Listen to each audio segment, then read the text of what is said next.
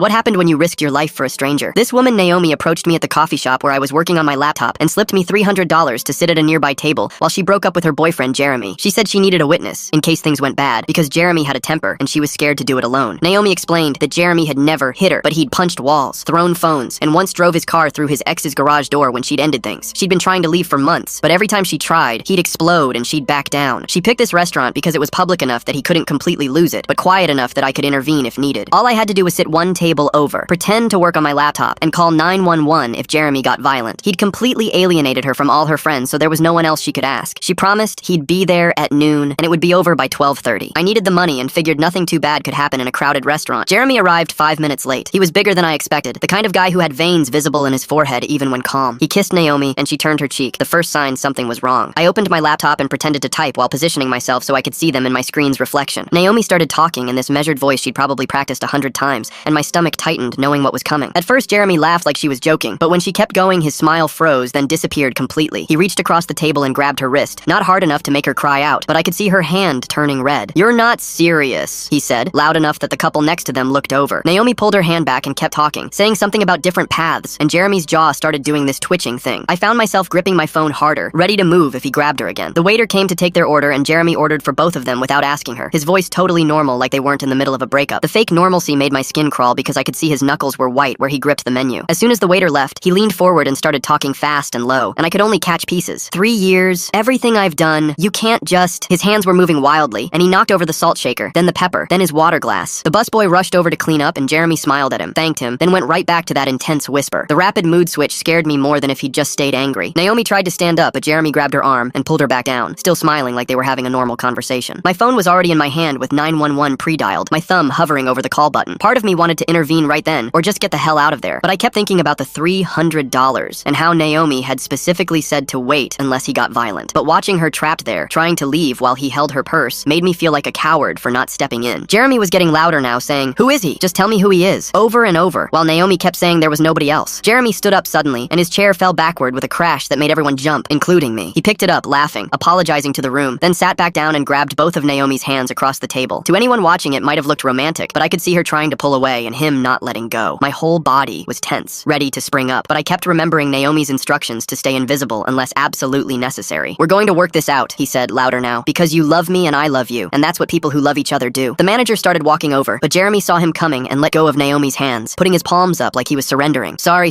just having a passionate discussion with my girlfriend," he said, and the manager hesitated. That's when Naomi said clearly, "I'm not your girlfriend anymore," and Jeremy's face went completely blank, like she'd hit a switch. He stood up slowly this time, deliberately.